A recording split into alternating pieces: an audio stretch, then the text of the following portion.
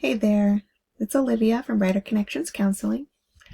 Today I wanted to share with you all a tool that I really love using in my sessions. This is a little chart. It's based on polyvagal theory. I actually don't know where I got this chart from.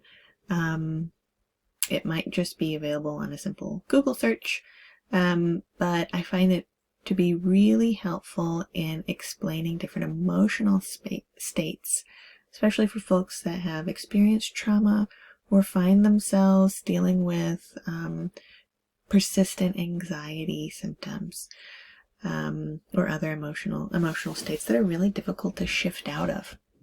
So I'm going to explain this chart in just a moment. Another thing that I like about it, though, and with polyvagal theory, is that it really honors that connection between the mind and body, where historically those things were viewed as separate in our Western model. And so this really kind of acknowledges the idea that they're not separate, that the brain is the body and the body is part of the brain, that they're actually one unit and one system. Because I'm sure if you are someone who experiences a lot of anxiety and these really intense emotional states, you know that is a full body experience.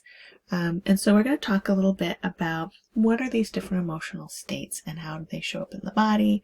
What is perhaps their role or their function? So here at the bottom, we're going to start there at the bottom with the green part. This is the social engagement state, or the ventral vagal state. This state represents that mind-body experience of just being really, those times where you're really grounded and present. You might just be in a state where you're feeling really connected to yourself and the people and the things around you that you love and feel safe with. Those times where you're just experiencing joy. You might be feeling playful, mindful, just curious and open and engaging with your environment. It's really characterized by connection and safety.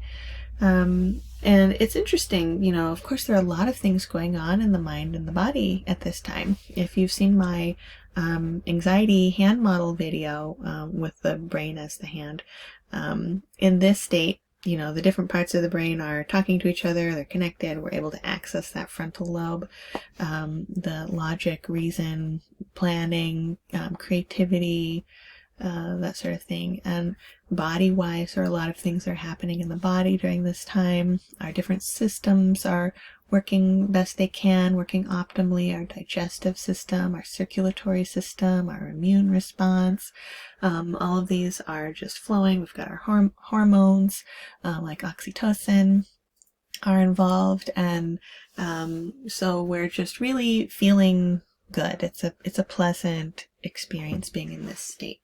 And I know some of you might be thinking like, wow, I really don't experience this state very often, or maybe I don't even remember the last time I did consistently. Which is it's an interesting point, and I know researchers think or suspect that the body was designed to be in this state most of the time.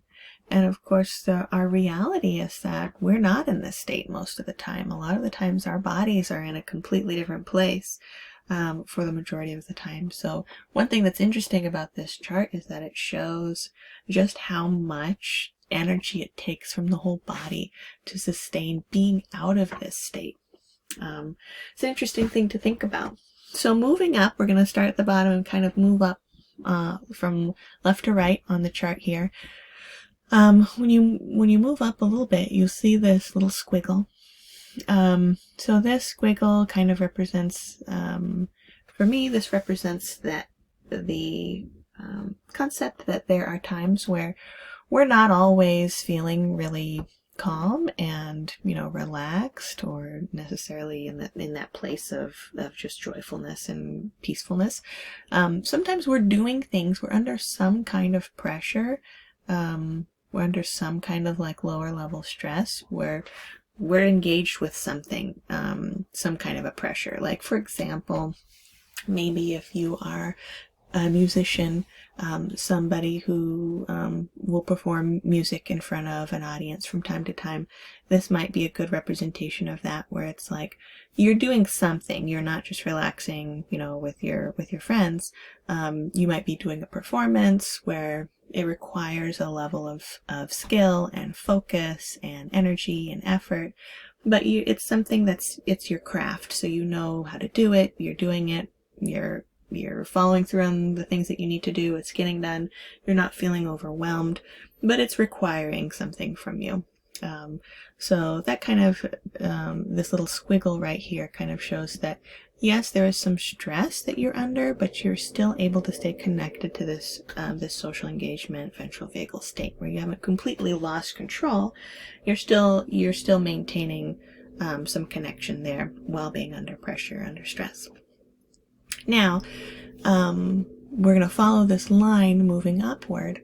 So there are times where, our nervous system is always picking up on cues from our environment to let us know if we're in a context of safety or not. And so your nervous system will pick up on things very subtly that will let it know, is it safe for me to be in this ventral vagal state? Or do I need to have my guards up? Do I need to protect myself in some way? Do I need to be prepared for something in some way? So as your nervous system is scanning the environment, it might be scanning internal cues, might be picking up on things inside your body, might be picking up on things outside your body, but something's going to let it know, okay, we're not in a context of safety here. It's time to bring up the defenses. It's time to prepare for something. So that's what this line represents, this escalation. So as arousal increases, the body begins to prepare itself for something. So we have here on the left-hand side, you see the fight movements. So that's movement away. So maybe there's some kind of a trigger, or your nervous system picks up on some kind of threat. It can be an emotional threat, a psychological threat, a physical threat.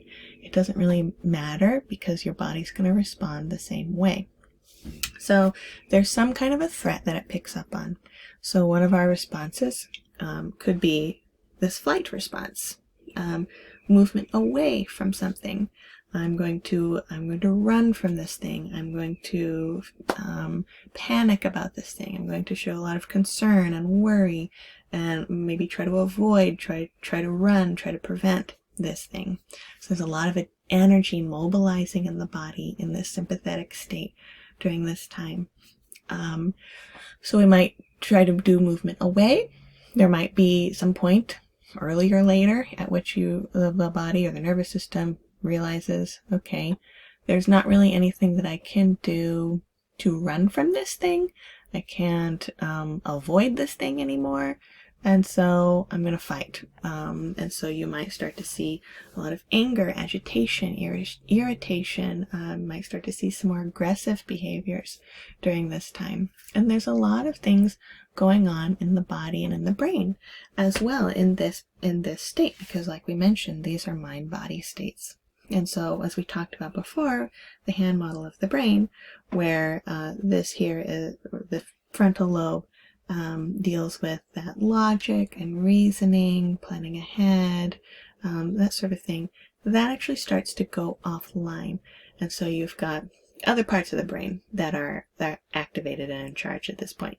So you've got the amygdala, and you've got the brainstem, which are geared towards alarm response and survival. So they're not going to consult with this upper part of the brain, this logic reasoning part of the brain. So you're not really accessing those functions in the same way that you are down here in the social engagement state. So your blood pressure increases. You see a lot of those anxiety symptoms here. Digestive upset. Digestive system is not working the way it was in the social engagement state. Your heart rate is increasing. Hormones are flooding the body, adrenaline, cortisol. So there's a lot that's going on. The body is preparing to defend itself, to either fight or flee something. So then as we're moving up on this chart, we see up here where there's a little dotted line. where we go from I can run from this thing, I can fight this trigger, whatever it is. And then as things escalate, we realize I can't fight this anymore. I can't run from it. It's happening. I can't fight it. I can't, my anger or my aggression is not effective at this point, might even make things worse. So the body will go up into this top point, the freeze, the dorsal vagal state. A lot of people are surprised to see that this is actually a peak state, because a lot of times we think of it, conceptualize it as being a low, something down low that we have to dig ourselves out of. But it's actually, these are all defensive states. These are all protective states that the brain and the body use to survive. That's another thing about the nervous system, is that it wants to survive. And so this freeze state is also a survival, a protective state. So we'll go into this place of helplessness and just conserving energy. It's also exhausting to be in this fight and flight state. So conserving energy, you might be experiencing some depression, symptoms, some numbness, dissociation after you've been in the fight or flight state, especially for prolonged periods of time. So there's this, it's really characterized by this experience of collapse and of shutdown. And as we come out of it, you'll see these feelings again of hopelessness, shutdown, preparation for death. Now, on that point, I like to use this analogy of a gazelle being in the forest or in the meadow or wherever. So there's like a gazelle, it's out with his herd, they're relaxing out in the grass, they're grazing. So they're in this social engagement state. And then imagine that the gazelle hears a rustle in the bushes. So it starts to activate, it becomes very alert, it's kind of looking around, scanning its environment, it's becoming very aware that there could be something. It hasn't lost control, it hasn't gone into full fight and flight yet, because a threat has not been actually detected yet, but it's alert, it's kind of, it's looking around. So let's say that a tiger jumps out of the bushes after this wrestling. So now a threat has been identified. There's an active threat, a trigger that has been identified. So the first thing the gazelle might do would be to run. It's going to run away from the lion. It's going to use its excellent running abilities to get out of there. Now let's say the lion or the tiger has gotten close. Maybe it's like just grazed the gazelle's foot with its teeth or something. So it starts to stumble. So now they're in contact. So the gazelle might use some of its defense techniques. It might kick. It might use its horns, or whatever other defense it can to fight. Once it realizes, and maybe, if the tiger has a good hold on its leg, drags it down, it might realize, I cannot run from this anymore, I cannot fight this anymore, and I move from I can to I can't. And so that's when the gazelle will go into the state of collapse. And again, this is a protective state. So there is actually a function to being in this state, where the gazelle will feel the bites less on its body. It numbs that experience for the gazelle. It kind of has that dissociative, kind of checked out. I'm not feeling this. I'm not fighting. I'm not feeling this experience. So it does have an actual protective quality as the gazelle prepares to be eaten. Now in this scenario, imagine that the tiger might be like, okay, great, the gazelle is down, I'm going to go back to my herd, I'm going to grab, my cubs and whatever else, the rest of my crew, and we're going to come and eat this gazelle. So the tiger leaves, and then the gazelle realizes that it goes from I can't to I can again. So it'll actually enter into this period of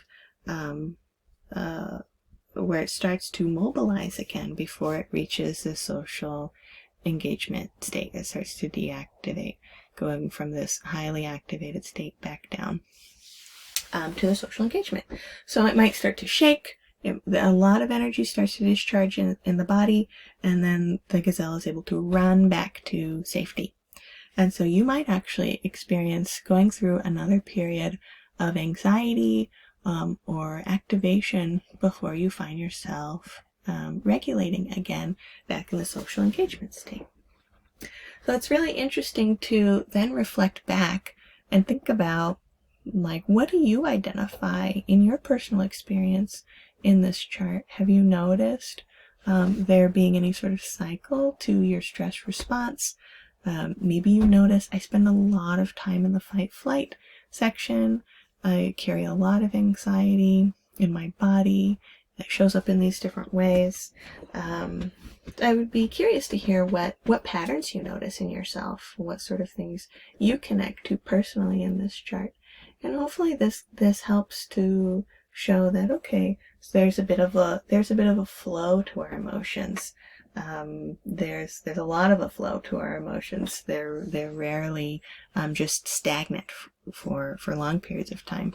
We will shift in and out of them. Sometimes this flow happens in an instant, in a very short period of time. Sometimes it happens over the course of days or weeks. So it's interesting to think about what patterns you notice showing up in your own experience, and see what sort of insights you can gather from them. In working with therapy, one of the things that we do is we want to broaden this window a bit, so that state of handling stress without tipping over into the fight, flight, and freeze mode, which can definitely happen if you've experienced trauma, if you have a history of trauma, where it really doesn't take much to tip you from this social engagement into the fight, flight, freeze state. So that's something to think about if you're considering starting in therapy, or if you just want to use this tool for your own personal awareness. I hope it was helpful.